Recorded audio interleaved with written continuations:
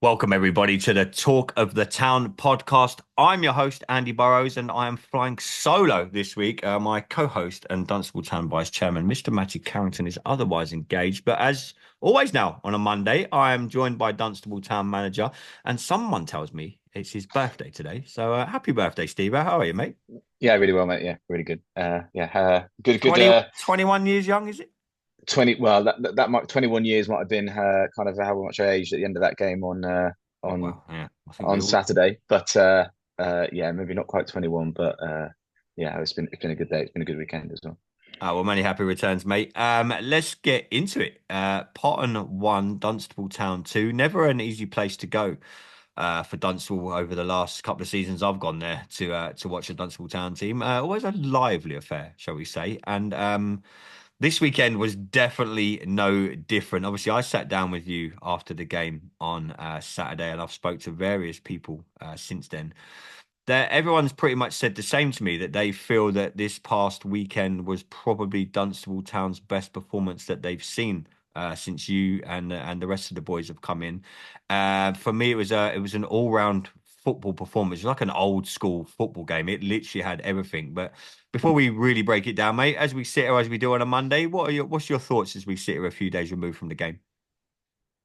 Yeah, I know we spoke briefly after the game on Saturday, but really just pleased. We spoke in the dressing room before the game that the priority for us, look, it's always going to be to try and go and win the game. But I really wanted to see a good performance from us. And I looked around the dressing room, and we obviously will maybe come on to in a little bit some of the additions that we've made in the last week or so, and the squad that we've got that we've got the capability to go and get results anywhere and against any team in this league.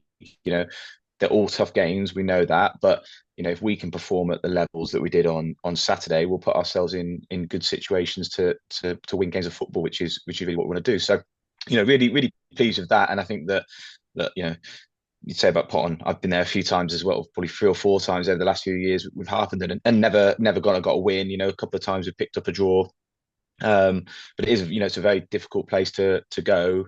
But I thought we stood up to it really well. The physical aspect of the game, which we needed to have right. The mental side of things around the kind of the concentration and areas we spoke about. But actually, once we got going in the game, and you kind of almost once we just kind of navigated the early part of the game and found our confidence again, I thought we played some really really good football too, which shows what kind of both sides of the game that we need to have to win games of football. Yeah, I mean that seemed to like obviously sitting on the bench, and you always get a different view of a game. But for me, Saturday was it had everything for us. But we showed every aspects that you needed to in a football match. For me, we showed quality at times. We showed where we had to dig in and maybe defend for a bit. But with that comes the quality of defending. Everyone's like, well, you dug in. No, a defender's job. I played defense. You've had to defend in your career. That's an art form in itself. So sometimes I know the attacking players get all the credit, and so they should for the weekend, which we're going to get onto. But I thought all round the park, from defence, midfield to attack, every single position, if you like, played their part into what was from what a lot of people are commenting and what I've said as well, is probably Dunstable's down best performance I've seen in a few seasons for an all-round game, for a 90-minute game. When you sit back and look at it, and you thought, I can't really fault anything for there. We defended when we had to. We played some really good football when we needed to. We could have had a few more goals. Um, Everything about our game was good. We showed great character. We showed great fight. We mentioned on last Monday's episode. Uh, you mentioned yourself as well about we don't want to make any excuses. We don't want to hear excuses on the pitch. No one had any excuses on Saturday. Everyone ran their nuts off. Everyone ran them into the ground. When we got the ball, we were good with it. We moved the ball well. It was really an all-around good game of football from Dunstable Town, whether that meant we had to defend when we were attacking. I mean, Luca coming up with another goal. Steve, have you put in on some sort of weird goal bonus that you haven't told us about? Because he I can't seem to haven't, stop no, scores. but I haven't. But don't put any ideas, any more ideas in his head about it. Yeah, I know, but you must have been so satisfied when we come from London Lines for where we were in the change room after the game. I was there with you and the boys, and and as sometimes in football, words needed to be had, and they were. And like we said on last week's show, that was staying the confines of a change room. You boys met up last week as well, I know, and chats were had. What pleased me the most was that the information that I'd heard you and Swanee and everyone else give the previous weekend was taken into this weekend. That's when you're like, as a fan and as someone that does this and someone that's like sees you boys all the time, you're like, these boys do get it. You know what I mean? They are listening, and it is a growing, and it's football in a nutshell. We went from FC Lions where we were like, oh my God, what's happened here, to Saturday to people now going, probably the best Dunstable Town performance I've seen in 18 months, maybe. And I'm not discrediting anyone from last season, but an all-round performance, mate, must have made you very happy. Yeah, it was. I mean, I think that spoke a little bit about last Saturday in last week's episode, and we did. There was some emotional feedback that was given to the players after that, and and some of the players gave their feedback as well, and not just to us but to the group. And I think that was important, but was more important kind of when we caught up this week, and kind of we just spoke about some of our standards and making sure that we raised them. And I spoke in front of the group, and I felt that there was aspects of what I'd been doing over the last couple of games that hadn't put us in the best position to win games of football. And so I was opening up front with those lads in terms of where I need to do better for us. And I really asked for them to make sure that they do the same. And that we were going to go into that game on Saturday with the right approach that we needed to have in order to go and get a result. From the performance perspective side of things, they were the top scorers in the league going into the game. They'd been on a really good run. They'd beaten some really good teams and pretty convincingly.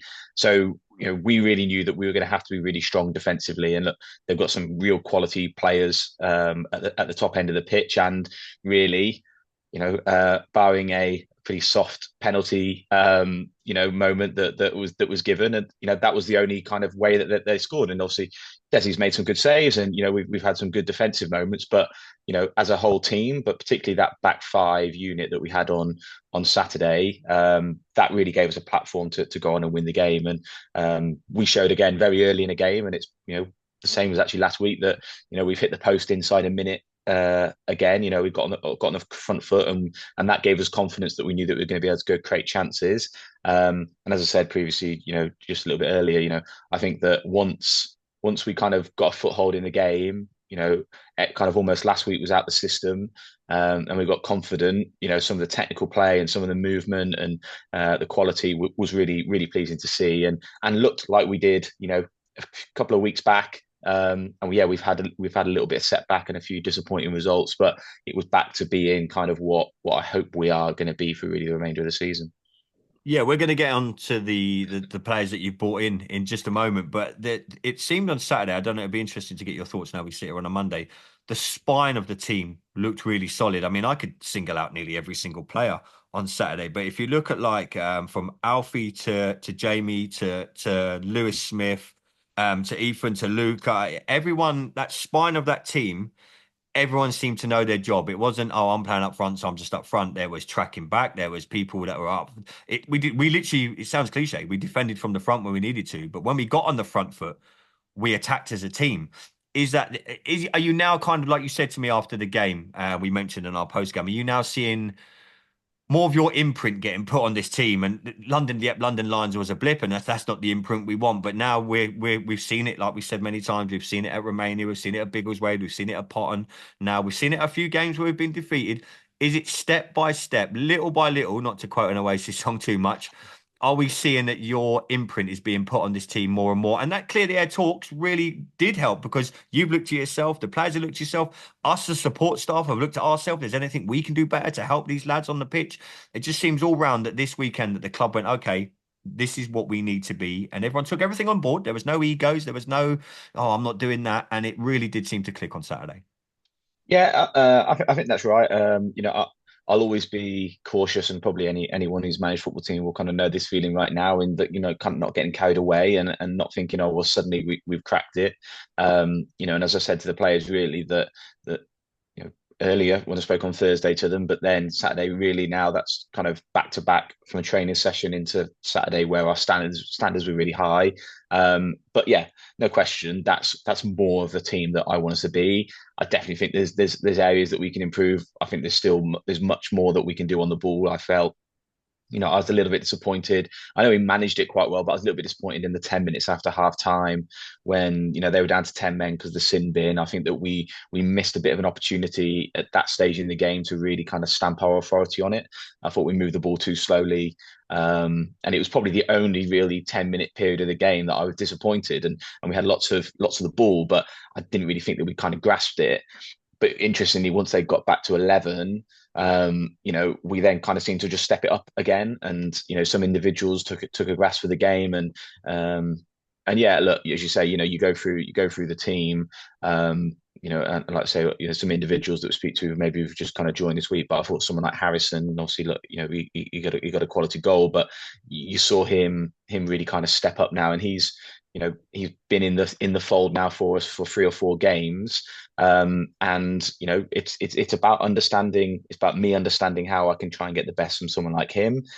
Him needing to understand how we want to play and how he can impact the game for us, and that's really going to happen across the pitch. And so that's why stuff does take a little bit of time, or things don't always work exactly right because you're having to take a look at things. We had 2 different fullbacks playing on Saturday than we've had recently. We've changed. Obviously, it's a different centre forward. We shifted Ethan's position a little bit, so there was quite a lot of change in there that we needed to have probably anyway after the back of the last couple of results. But the most important part for me was not even necessarily the performances of the new players. It was those that have been in the fold now, really stepping up and almost leading by example as well. So that was really pleasing. What was the thinking behind? Obviously, you shifted Luca to left back. Obviously, Cody was playing left mid. Was that? Do you think that was a little bit of a risk on your part? Everyone's obviously Luca's been scoring goals. He's been getting there and scoring goals. I mean, how did he take it when you Yeah. told him that you were dropping him back to left back? I know him quite well It, enough to say it was now he's a good lad. I mean, but what was the thinking behind the reshuffle? Was it purely just for the Potton game? Was it just you wanted a little bit something different for this past weekend?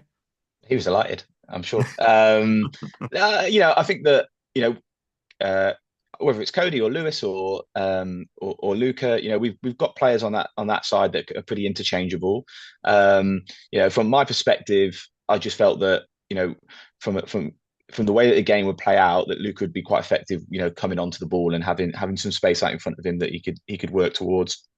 But also that I just really wanted us to kind of have a really solid, defensive unit. But him and Cody, they're both playing that wide position, both play at fullback. So it almost felt like we were just kind of really building a strength down that side for us for the game. Obviously we know who he was going to be up against for long periods of the game, and I thought he managed that really well. But yeah, look, I was very aware that there was going to be some question marks in terms of that as a decision in terms of playing him there. But he's played wing back for us. He's played centre half for us. He's played on the right, off the left, in the 10. He's a really versatile player. And look, he's obviously been a bit of a star this season, really, for us. Up to this point, but he'll acknowledge himself that maybe actually in the last couple of games we haven't quite got the best from him, and he's roamed around the pitch a little bit and tried to find different spaces, whereas actually probably Saturday it probably just suited more him having kind of a bit more defined in terms of what that role looked like. But he's a very good defender as well, and that's a real asset to his game, and so he really brought that to us as well, and by having a solid base, it allowed us really to get a foothold in the game, as I said earlier. Talking of solid base, you're getting good at this, Steve. Good leading in, mate. One of the good things about sitting on the bench is you can hear what the fans are commenting. And one player that I really do want to speak about that goes so unnoticed, and is probably one of the best players on the football that I've seen at any level. Lewis Smith. Talk to me about this kid, Steve-O. He is an absolute Rolls Royce in that midfield. Very rarely gives the ball away. Seems to know where to be at the right time. A lot of fans were. I was chatting to Neil and a few of the guys after the game, and they were like, "Wow, the man of the match could have gone to many people." I know James can only put a certain amount in his poll.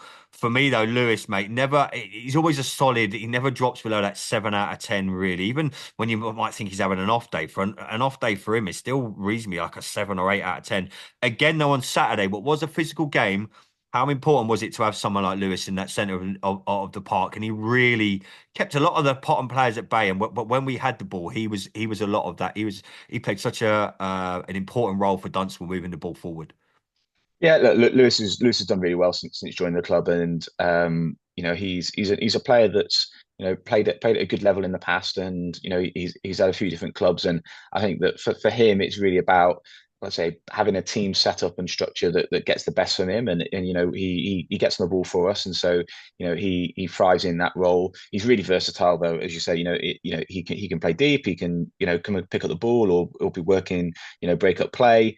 We saw Saturday really actually that I thought he got high up the pitch a lot more, and he got some shots off at the edge of the area. I know he's got that quality that he can bring to the table, and he's one really that I think that is just the regularity of games, which is something that he really wanted.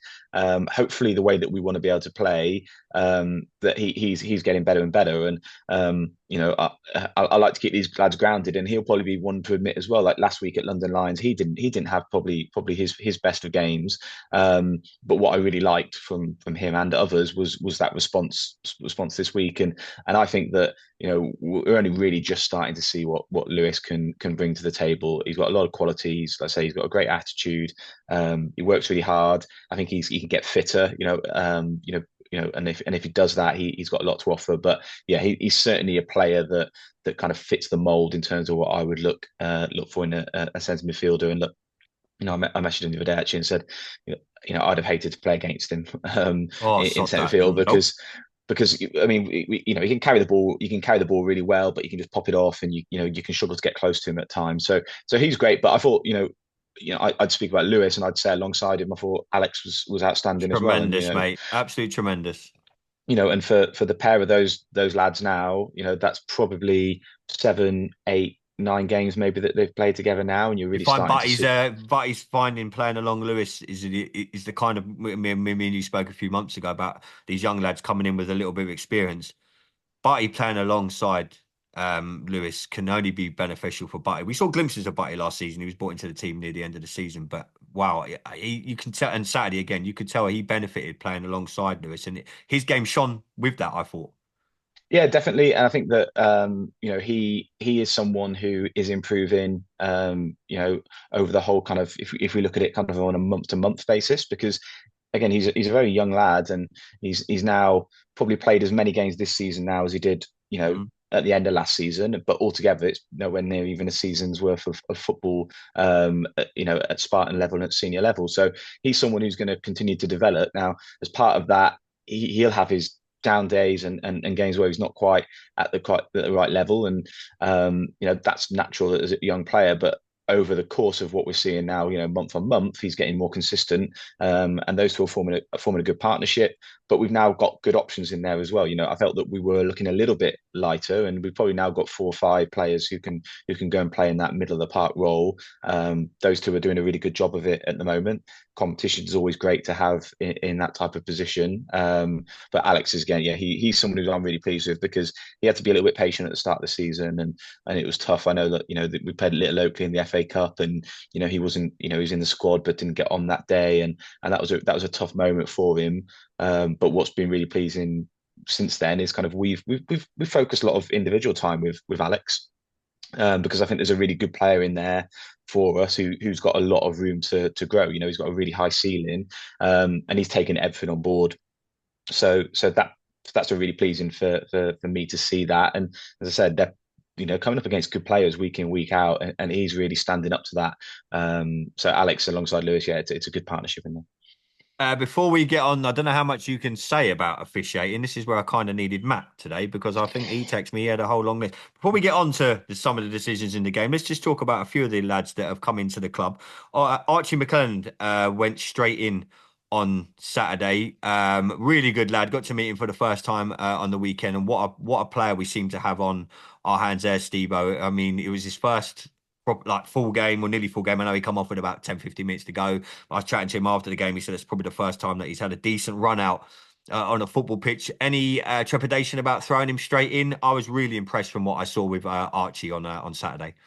Yeah, no, not with Archie. I was chatting with Liam, and we obviously talk a lot about players, and I'm a very reluctant, in terms of adding players straight into a team. I think that there's often a bedding in period.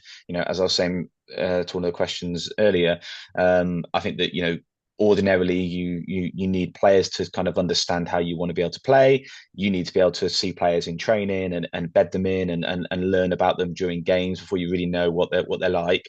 I've got a bit of an advantage of Archie because I played with him at Harpenden, many years back, and look, obviously coaching him last season and working with him again then. So I knew exactly what he would give us. I didn't know how long in the game necessarily he'd be able to give it us for.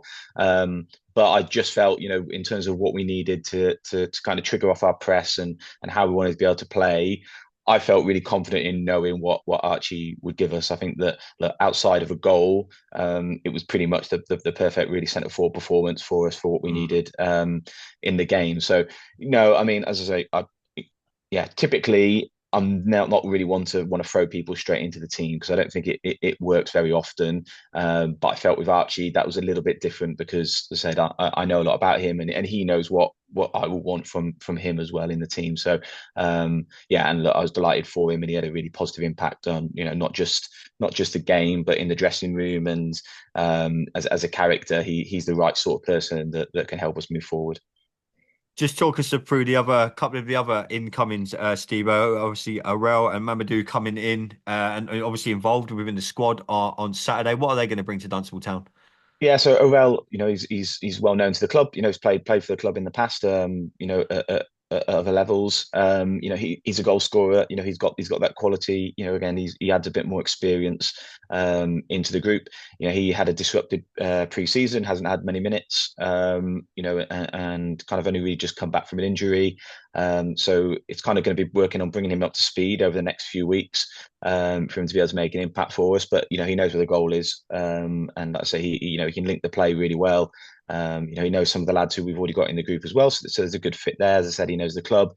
So yeah, I think that getting him fit now is the kind of challenge for us, and we'll probably include him in the squad maybe a little bit earlier than maybe we would have initially. But with the way that the fixtures are now over the next few weeks, I think there's some good opportunity for plenty of training. Again, working really, really hard, and I think he'll contribute going forward for us. And then Mads, as you say, Mads bringing him in from Bulldog. He's only really played one game really there this season, so he's had a bit of a disruptive start to the season. A player that I've worked with in the past, when much probably about 3 or 4 years ago when he was at Harpenden in the development team. Loads of potential, good physical size, left foot. Again, playing any of those midfield positions. And he'll give us something different in there than I think than what we've got. So again, he'll be one that we'll try and build up to be able to add to us. But yeah, good additions to the squad and people that know what playing at this level is about. Yeah, no, well said, mate. What can you tell us about the outgoings this week, Steve? Obviously, in any level of football, whether you're in the Premier League or all the way down to us in non-league, comings and goings always happen in football. What can you tell the viewers and the listeners about who's left the club this week? Yeah, so Caleb's gone, and I think it's time for Yaxley. And it's always a difficult situation, kind of when you've got goalkeepers competing for a spot. He's a really good lad. And him and Desi, it's been a good battle between them. Desi's been more regular in the team over the last month or so. And I think from Caleb's perspective, he's 19 years of age. He's played at the level, and for his development, he felt that's what he needed to do. And from my perspective, I completely respect that and understand that and would agree with it really. I think that, I want players who want to be playing as well. So there's always going to be that kind of friction and kind of tough balancing act to have. But with goalkeepers, it's always much more difficult as well because you're only going to have one in the team, and you don't really come off the bench, and it's difficult to kind of get those kind of opportunities. So Kayla's moved on, but we thank him for obviously for what he's done, and then Mason Davis has moved on as well, and that's again, it's I have a really good relationship with Mason. He'll kind of forever have a place for me because his contributions in the goals and those wins at Romania and Biggleswade were kind of my first two as manager for the club. And he's another, he wants to be playing regularly, and he's not a disruptive player. He's not, that's not his character, but he wants to be playing football. And at this moment in time, as I said to all the lads, I pick the teams that I feel have put us in the best position to win games. it's kind of meant that Mace hasn't quite been in the team over the last few games. But I've absolutely no doubt about his quality and what he can contribute at this level. But he's another lad who completely understandably wants to be playing regular football at this level and should push to try and do that. I don't typically like having a really large squad because I think that's difficult to manage, and I think that you want people that feel like they can be in the team and play. I'd have loved to have kept Mason. He can score goals, so I'd have liked him to be in and around the group. But I completely respect his kind of reasoning. And certainly, and I speak for not just myself, the players and the management, but I'm sure also the supporters and everyone at the club really that we thank him for kind of Mm. what he's done for us this season. And yeah, I'll certainly be keeping in touch with him and hoping that he moves on to something really positive next. It's never goodbye in football, mate. If it's taught me anything, mate, it's probably, just Yeah. see you later kind of thing. Steve-O, we've made it till nearly we have made it till October without really talking about officials on this show and on our post games. We've done well because I know myself and Matt and Joe and everyone last season. Now, I know you got to be a bit careful here, Steve. I don't want to get you in any trouble, mate. So we'll try and do this as best we can. A lot of people have mentioned to me, and so they obviously know that we're recording on a Monday, and they're like, "Are you boys going to talk about the refereeing performance on Saturday?" And I was like, "Yes, we are." So, in as most diplomatic as you can be, Steve. I mean, look, we're not. If it were, it's the old thing. If it wasn't for referees, we wouldn't have a game. I get all that. Saturday, what did you make of what we saw from the man in the middle? Yeah, I mean, I think that so anyone who's there probably knows kind of what I felt about some of the decisions. And yeah, I think that I didn't agree with a number of them. You know, One thing I'm always really clear about, we spoke about that, and what I was really glad about is that I still whatever the situation, whatever game, I want us to be able to try and take the referees' decisions out of it in terms of what the result looks like. So despite everything on Saturday in terms of kind of maybe where I felt that we didn't get kind of the rub of the green or maybe the right decision at moments, the best part of it was that we made sure that didn't impact on the result. Now, I felt that we were probably just on the wrong end of a few decisions.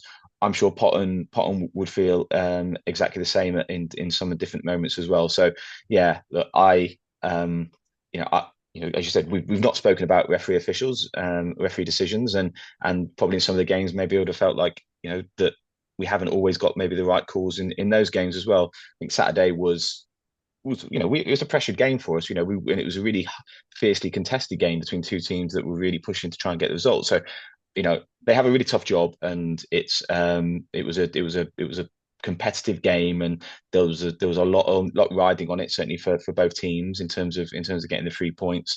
I don't think that necessarily that all the decisions were right.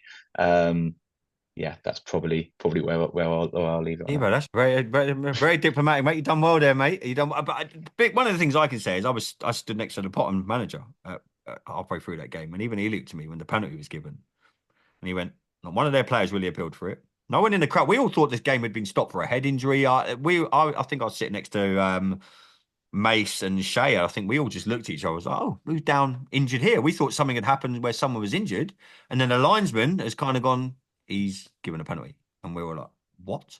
And I spoke to Desi at half time, and that kind of pushing each other a little bit might go on in the penalty area. So yeah, you handled very, very diplomatic there. Let's just be grateful that Matt isn't here. I can probably just add with he was absolutely atrocious. And it's what he does when he referees Dunstable Town. Steve, let's move on, mate. We haven't got a league game for a while now, mate. Obviously, I think we're trying to get a friendly arranged for this weekend. How does that impact the team moving forward? Obviously, I think we've got MK Irish in about a week in the cup on a Tuesday. We don't actually play a league game for like two weeks now. I think we've got a good couple of weeks off the league football. What's the plan for the next coming weeks, mate? Obviously, with a couple of cup games sprinkled in, but we don't actually play competitive football on a Saturday for a few weeks. As you say, so yeah, we're looking to try and get a game in, a friendly in for this Saturday. But we'll train Thursday as normal anyway. It'd be great if we can get something in because like I say, there's players who maybe need some minutes or some match sharpness, and There'll be certain things that we want to be able to take a look at. So if we can do that in a game environment this weekend, that would be really good for us. But two cup competitions coming up that we want to do well in. Certainly not got any easy draws in any of the cups this season. So MK Irish at home, and then London Lions away the following Wednesday. So two really tough cup games, but ones that we'll want to go and do well in. But yeah, the preparation will be pretty much as normal. We'll train on at the same schedule. But there will be some opportunities for us to give people some different minutes through these games and to look at a few different things. But we want to do well in every game that we play and every competition that we play. So we're preparing to go and win those. And then, as you say, it's probably 26th that we've got Cockfosters at home in the next league game. So it's really kind of, yeah, look, we want to go and win those cup games. It's about maintaining, a little bit of rhythm now and a bit of momentum from Saturday. Going back to what I was saying earlier, using every opportunity that we get, whether it's a training session, whether it's a friendly, whether it's lads going and doing 5Ks during the week, whatever it is, it's about kind of keeping standards high. That's what we've got to get to now, and not just the standards of kind of how we work, but then improving the quality of the work that we do. So that'll be the focus. We want to go and win those games of football, but also really have a kind of a mind towards where we want to be when we resume in the league, which is going to be a very tough home game against Cockfosters on the 26th. Yeah, well, no doubt, Steve-O, you'll be well prepared for the cup games, mate. Enjoy the rest of your birthday. While we're talking birthdays, Georgie Lewitton had a birthday over the weekend. Forgot to mention that on Saturday. So big shout out, big happy birthday to George. I saw Will Bishop singing to him, and Will likes to sing. He does like to sing. Yeah. yeah, let's just leave that there. Anyway, Steve-O, enjoy the rest of your birthday, mate. I will catch up with you on Thursday at training, but make sure you go and check out the podcast. This is on YouTube. You can just type in Dunstable Town FC. Brad does a great job putting all our shows on there. You can find us on audio. We are on Apple Pod. We are on Spotify. Just type in the Talk of the Town podcast. But myself and Steve, and hopefully Matt, will be back next week to talk all things Dunstable Town. But till then, everybody, thanks for tuning in, and up the Mighty Blues.